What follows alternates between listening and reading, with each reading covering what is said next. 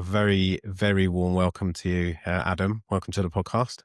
Thank you so much. Appreciate you having me here. We were just talking before we started about Tracy, who was the first person that we had on the podcast introducing us, and some really cool conversations that have led off the back of her as the first person on. And this is another one of those that we've been talking about it for a while and trying to get it on the calendar. But real pleasure to have you on because you're doing some awesome work. Thank you. I appreciate that. Yeah, Tracy's a phenomenal mentor of mine, and I am really excited for the conversation we're going to have today. Nice. Well, to kick us off, do you mind just giving us a bit of an introduction to who you are and what you're doing, what your mission is?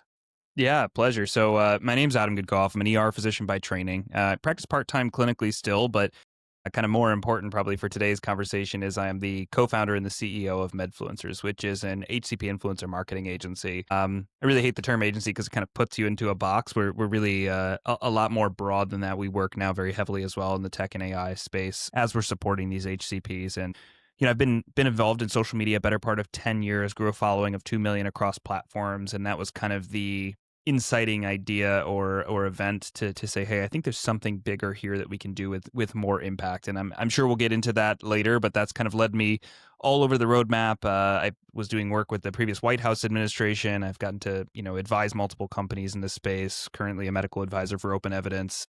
Lots of interesting pathways I've gotten to travel, and really excited to share some of that today.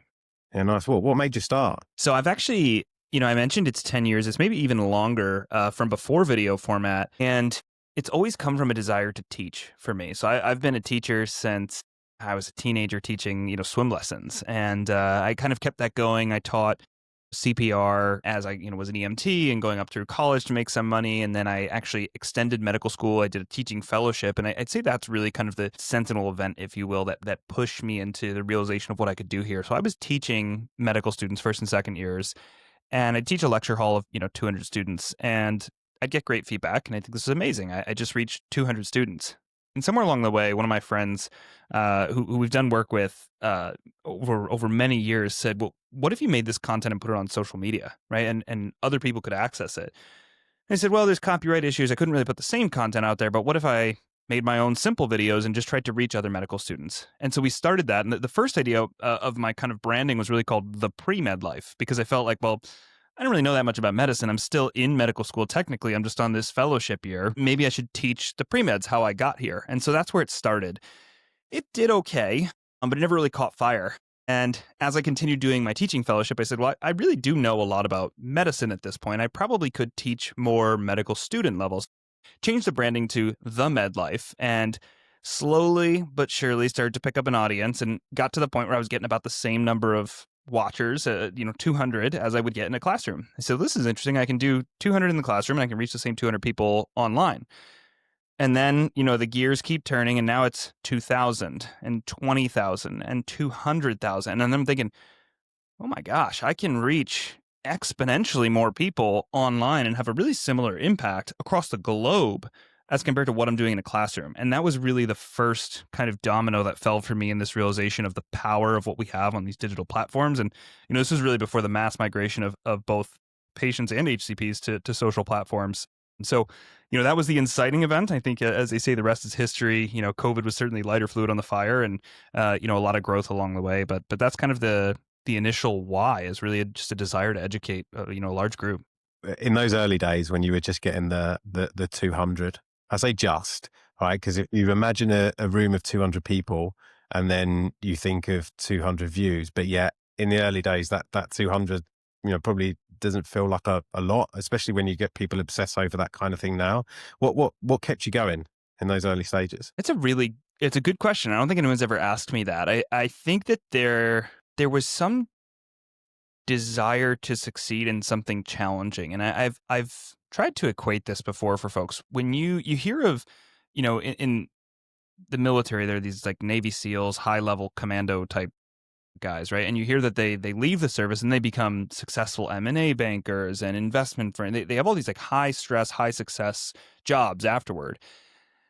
And I started to think about that as it relates to medicine, right? And you come in and become basically the best learner that you can be. You learn to be the elite learner, especially, assuming you're, a top performer in school and on your board exams, you have really mastered digestion of content. And almost gets you on this high where you're like, well, I can learn anything. And so I think when I started social media, it was a bit of a challenge in my head where I'm like, well, you know, I could do great in medical school, freaking social media. This should be easy, right? And it wasn't, of course. And so then it's Yeah. this negative positive feedback loop where you're like, I know that I can crack this if I just keep going.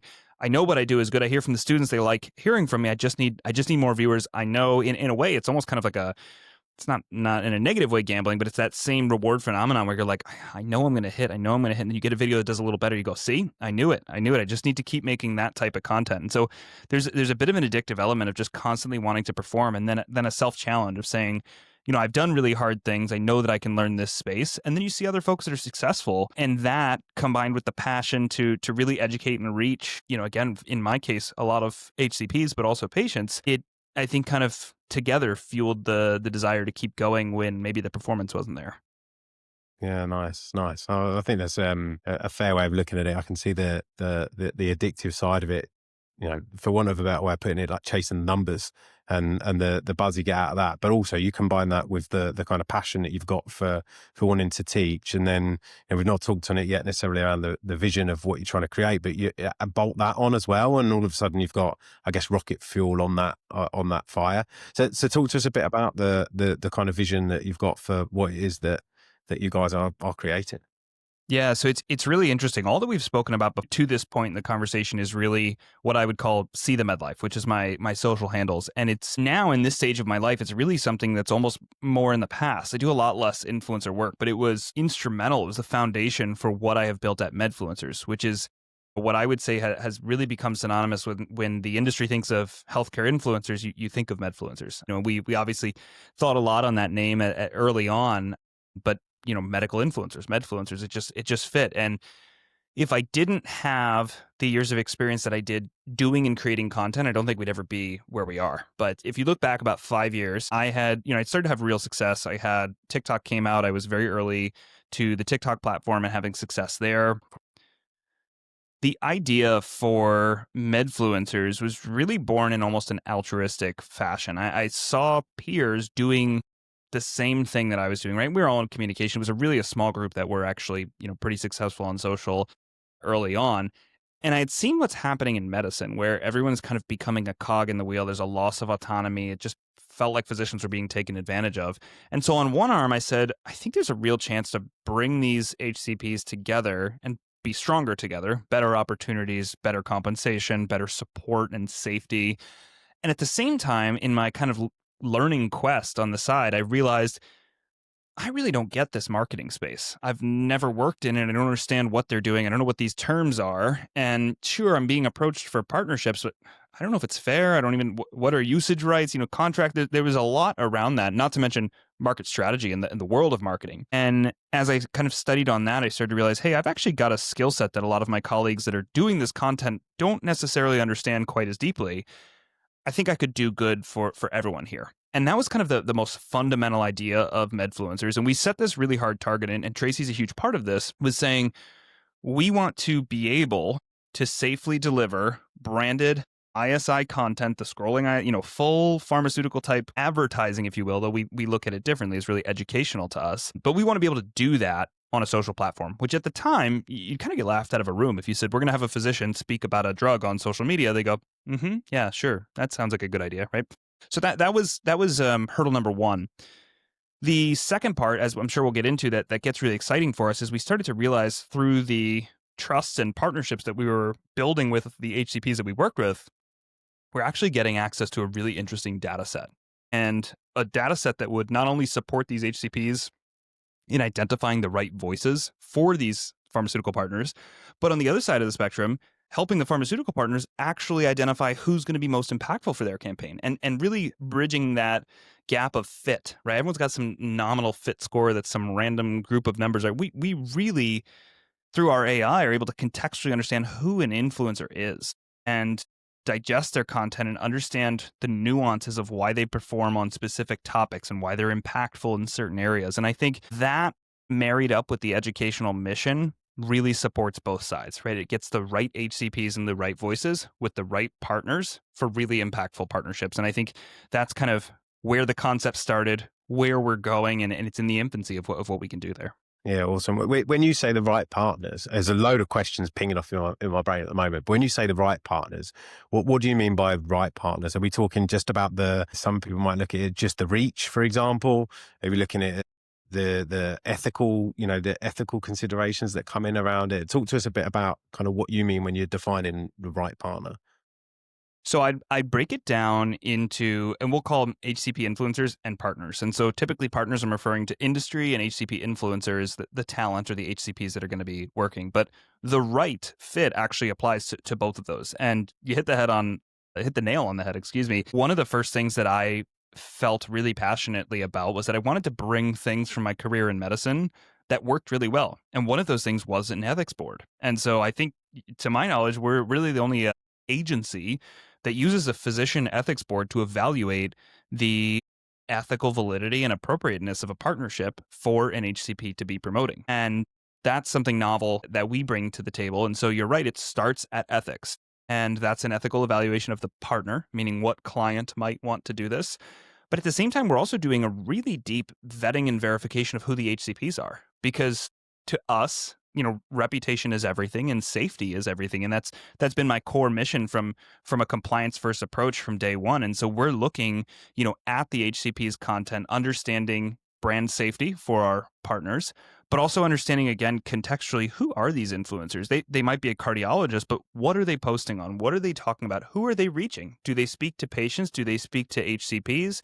How accurate are they? This is a really novel, I don't want to go too far in the weeds, but we have a really novel tool called an MAT, Medical Accuracy Test scoring system, and we can assign accuracy to an influencer's content to the level of a medical journal, right? Click out to a citation. So we take vetting and verification, I think, far more serious than would be the standard of care. Right. And we exercise that caution through our partnerships. So hopefully that's a bit of a look under the hood as to just how we're looking at the appropriateness, the ethics, the validation and vetting of both partners and influencers working through these campaigns.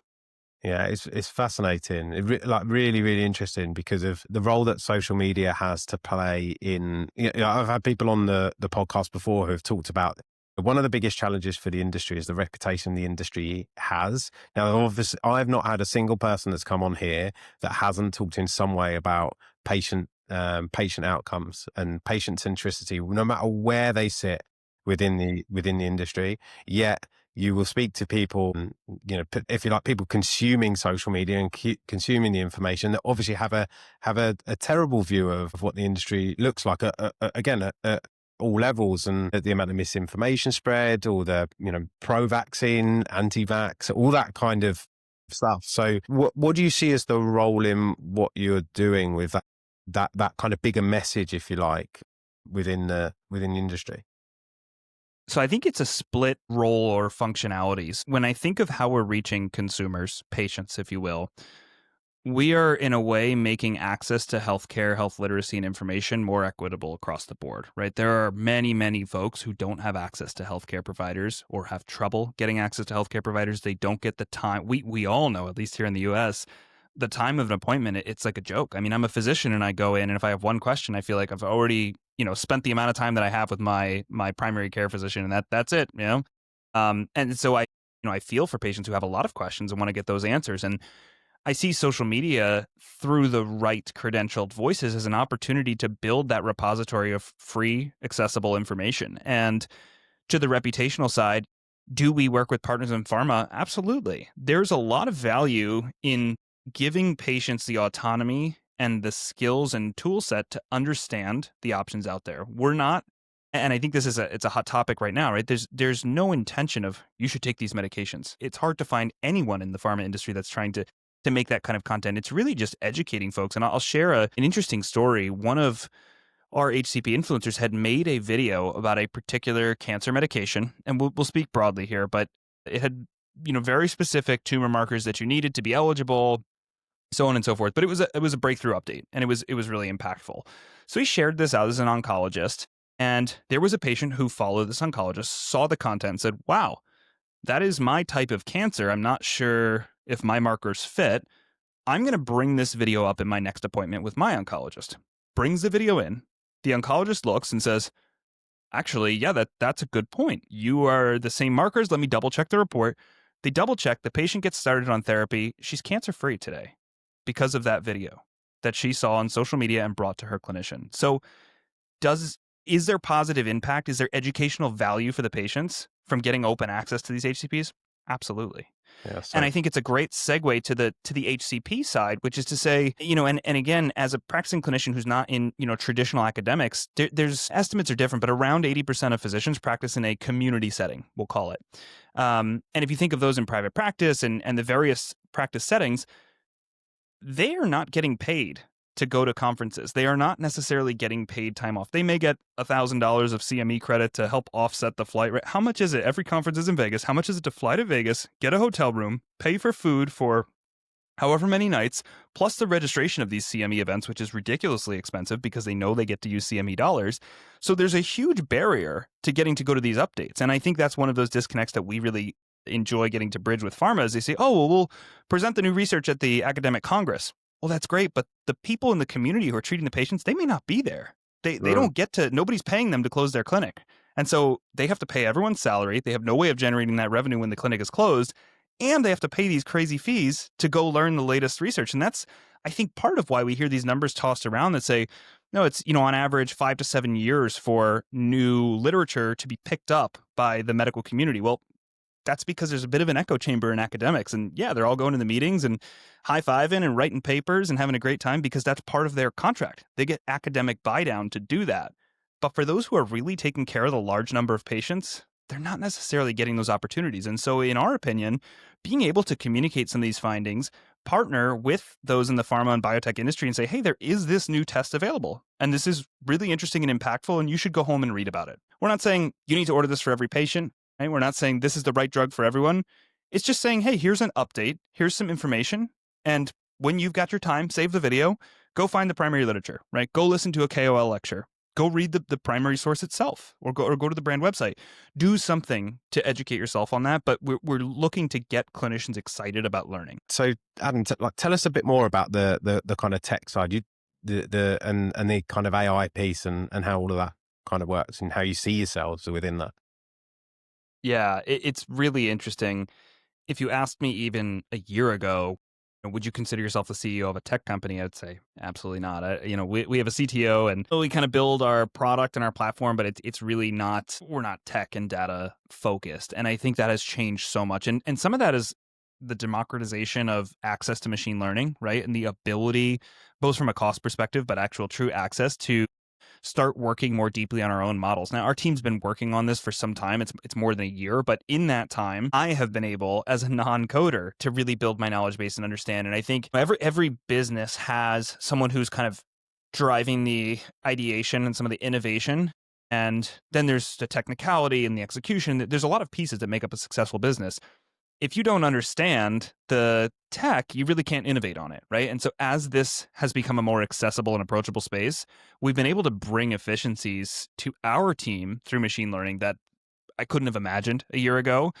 But even more importantly, to our partners, as we answer that question of who is the right fit, we're leveraging our technology, machine learning, and data in ways that we couldn't have imagined. And I'll give you an example of how that kind of works. We built something called Synapse AI. So it's kind of our machine learning engine off of which a lot of our tools connect, hence the term Synapse. And so we'll be able to take a piece of content, as I mentioned, digest what it is that's being discussed. In particular, what it is with accuracy to the level of an ICD-10 code, right? So very specific accuracy on the medical content.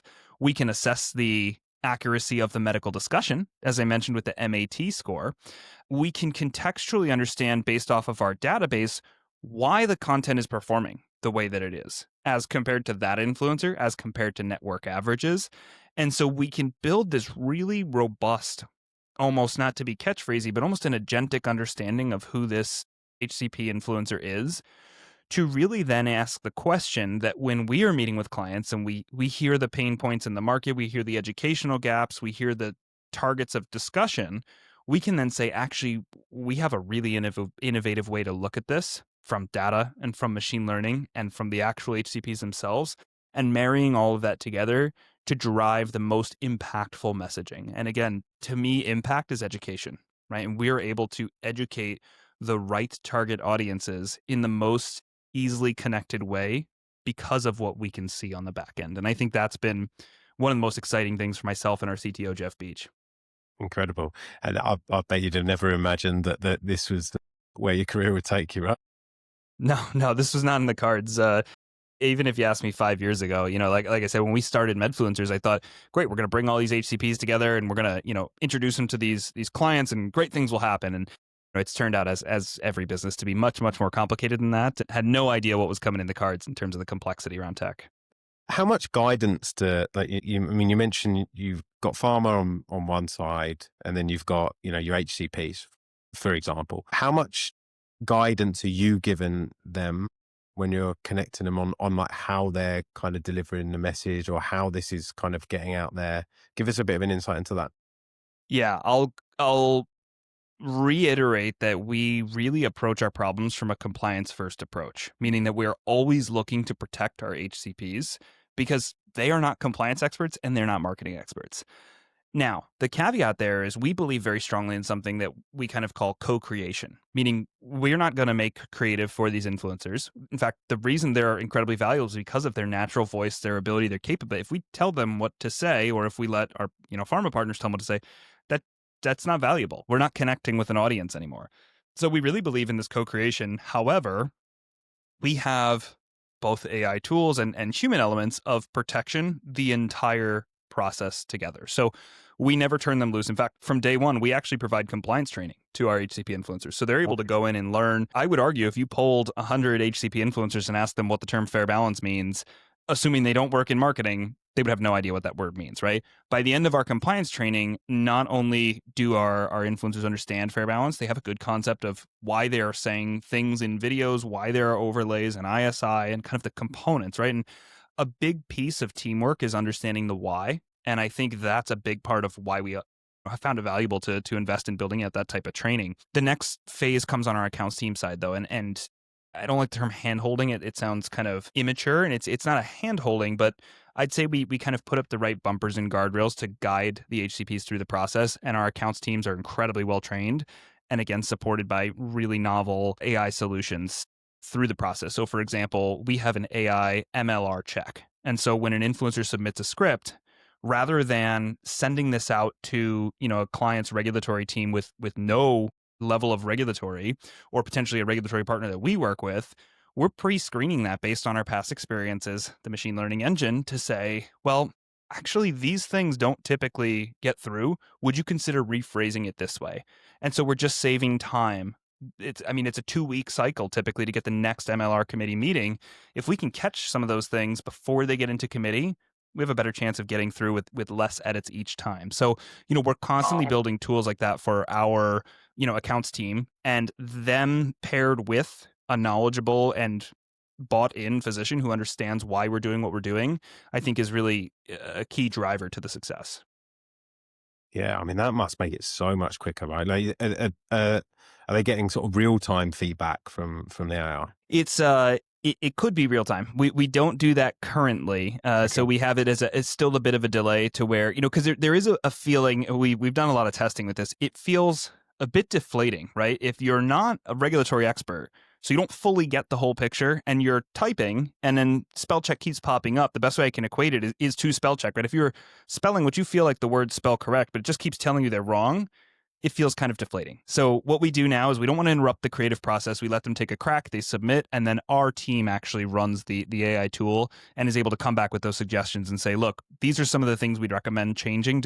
Are you comfortable with that? Does that fit what your voice is looking to express here? And then we can go ahead and submit to the client. Yeah, fair. I guess that gives a greater degree of trust in you as well, right? Having somebody there as a person actually advising on that step. Very interesting, though. I mean, the speed at which you think of how much quicker people can get content out in general anyway now with tools like, Right.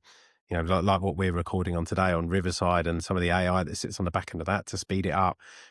To do that in a regulated environment, a highly regulated environment, it's going to really kind of change the game for how this gets out there. Being in this space, what do you, if you think about it from what is typically a much more corporate environment, like the pharma world, for example, and this real modern way of getting the message out and educating. Wish people on the what do you wish senior leaders that are kind of connecting with you and these HCPs? What do you wish they understood about the kind of power of digital influence? Are you seeing it getting adopted better, or is there still a lot more kind of learning that can be done on that front? There's definitely more learning that can be done. And I think a lot of my job is still education now in a totally different format. And it is exactly as you're mentioning, educating industry. The biggest mindset shift and something that I've had to learn, coming from medicine and now really in the business side of things is KPI is not a word that exists in medicine or healthcare. And so learning that and then really seeing the value of tying investment to KPIs and outcomes, it's two worlds that don't necessarily align. And again, the HCPs who are making content on social media, they didn't start doing this to nail KPIs and outcomes for marketing campaigns, right? They did this out of passion for communicating the content to a targeted audience, right, that follows and trusts them. There's a bit of a bridge there when we look at traditional pharmaceutical marketing and the hyper-targeted nature that it is executed with and measured upon, as opposed to what's available on an open social platform. And I think where there's still a lot of learning to be done is, you can talk to almost anyone at this point in industry and they'll say, oh, yeah, I heard healthcare influencer is valuable. And I know folks are on social media, but I don't know if it's for us. I don't really know how we would measure that, or I don't know where that budget would come from, right? Because it's Okay. not one of the classic defined buckets that one of these traditional groups has said, well, this is where we can, measure against your target list or do guarantee this many clicks, right? This is different. This is truly reimagining the way that we communicate with physicians because they have changed the way that they're consuming information. And I think the same is the way that we educate patients. And we've seen that. We'll pick one platform that I think stands out really clearly on this is TikTok. We see the younger generation in particular, and actually all demographics, using TikTok as a search engine. And it has almost transformed. I mean, there's still, people are still scrolling on the For You page, but if you go and watch a video now and you open the comment section, there's that blue highlighted term at the top. That's really what I think is one of the most interesting things about TikTok is its search functionality, right? Someone comes in and says, what is the secret handshake of the Dodgers, right? And it will take you to a video that shows the secret handshake of the Dodgers. And so patients are asking these questions too. And there's good research, polling type research earlier this year that shows that patients are going out and consuming content online and actually making poor health decisions because the content is not quality. Interesting. And I think, yeah, it's concerning to us. And it goes again to the value of credentialed creators and things like our MAT score to really verify accuracy on a topic level, because we know that we're never going to be able to take down all of the inaccurate content. I hate the term fight fire with fire, but it's what you have to do on social media. You need to show up, you need to have credentials and a reason to be there. And then you need to hold yourself to a higher standard and make really great content that folks can come and trust and learn from. And that means, I use that broadly. It's for patients, but it's also for HCPs, right? And there's other data out there that shows, and we know this, that HCPs change their knowledge bases and their behaviors based off what they see on social as well. And so I think a lot of those are the conversation starters with pharmaceutical executives. But, if I'm honest, there's still a very real, I get it from the business side, there's a lack of direct tie in some cases to those KPIs, those outcomes that we're looking for. And it's just the nature of the platform, right? We know it's really good. We know it's doing a lot of great stuff. We have tons of data that shows that broadly, but it's not the traditional metrics. And I think that's hard. And I think it takes time and maturity and trust. And what we see, at least with a lot of the partners we work with, is that first pilot program, everyone's kind of nervous, everyone's wondering, right? And then, 6 months later, everyone's kind of looking and measuring outcomes internally. We're giving data. All of a sudden says, oh, this is doing really well, right? And another large pharma, we'll leave their name out of it for now, but just released similar data on traditional digital media, right? Running a banner ad. They ran their ad, they ran an influencer ad. Both had paid media behind it. The influencer ad, I think they reported, was like 400% higher Wow. click-through rates than the brand created ad. So folks are responding to this, and responding is learning, especially if the content that's in there is quality. Yeah, really interesting. I've heard a stat recently about personal brands, for example, get 20 times the engagement that that company brands do, for example, on LinkedIn. So that, the reason why so many people, so many CEOs, et cetera, are being pushed to build a personal brand, which I'm sure you've You've experienced this firsthand, right? Yes, similar concept in the industry as well. Are there any companies or organizations that you look at out there that you think are doing it really well? That is a good question. I think there's a lot that do branding well. One that always jumps to my mind is Figs. If you're familiar with the apparel company, I think that they have integrated themselves into community and tell a story that's in a way relatable but also desirable, if that makes sense. I mean, they've made a luxury or premium product in a item which is a scrub that traditionally was a throwaway, right? It was something meant to get dirty, and they brought pride and care into the outfit that HCPs are wearing to work. You feel good in it. It's a premium fabric, and then I think they've aligned themselves well with the right partners. Actually, if you look at I think it was the Emmys the other night, Noah Wiley from the Pit was wearing a tuxedo that was made from figs. And so, a really great partnership, and they've been a huge supporter of emergency medicine as a whole with that show. Really, really great group there.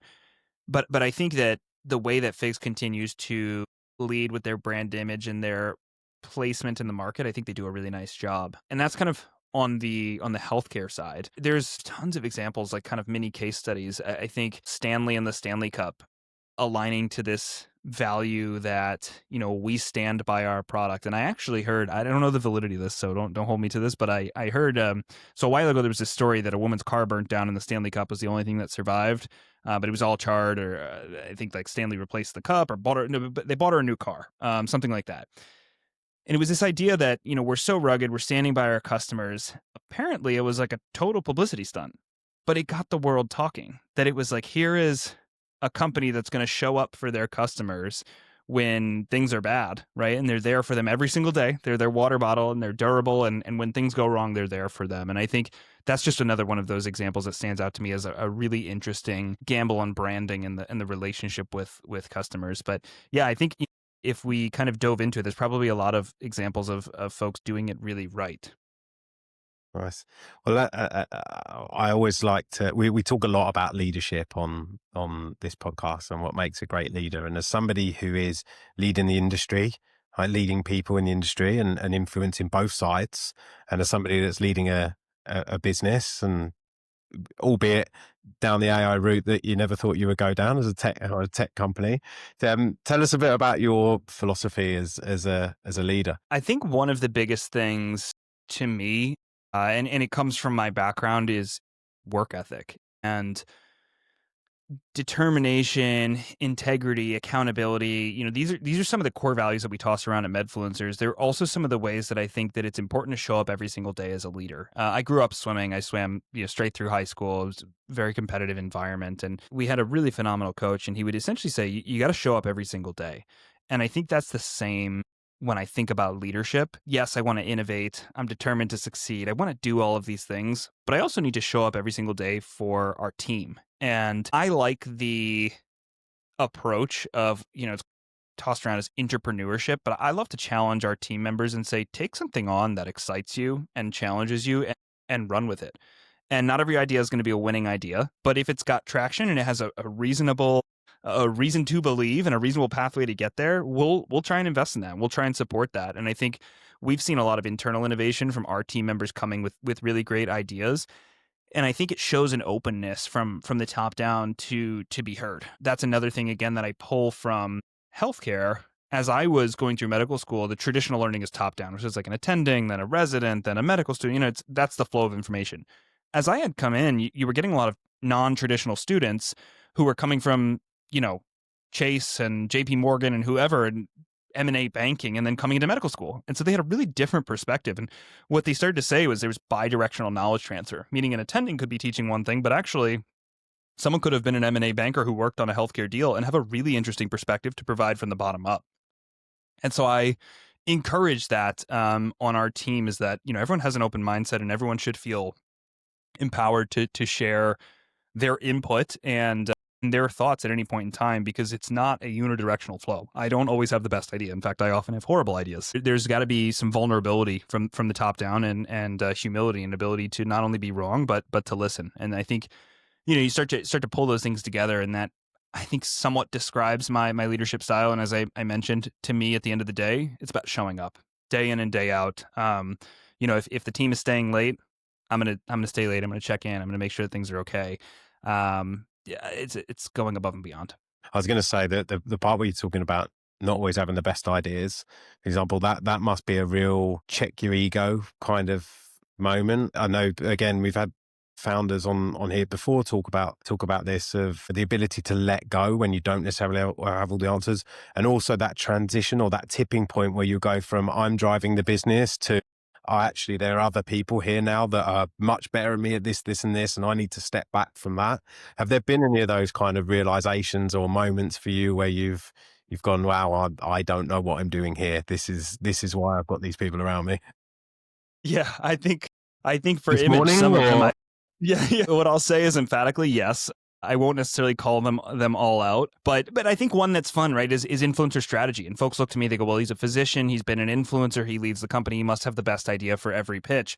That is not true. I have great ideas for pitches. I have ideas that are horrible, that get shut down and chopped out. And I think it's really pleasantly humbling or inspiring to sit in a meeting and see some of our team members just absolutely crushing their day to day, their processes that they're going through in a way that I'm like stepping back or slacking someone on the side saying, what is this that we're talking about? Like, this is amazing. I didn't realize we go through this. Right.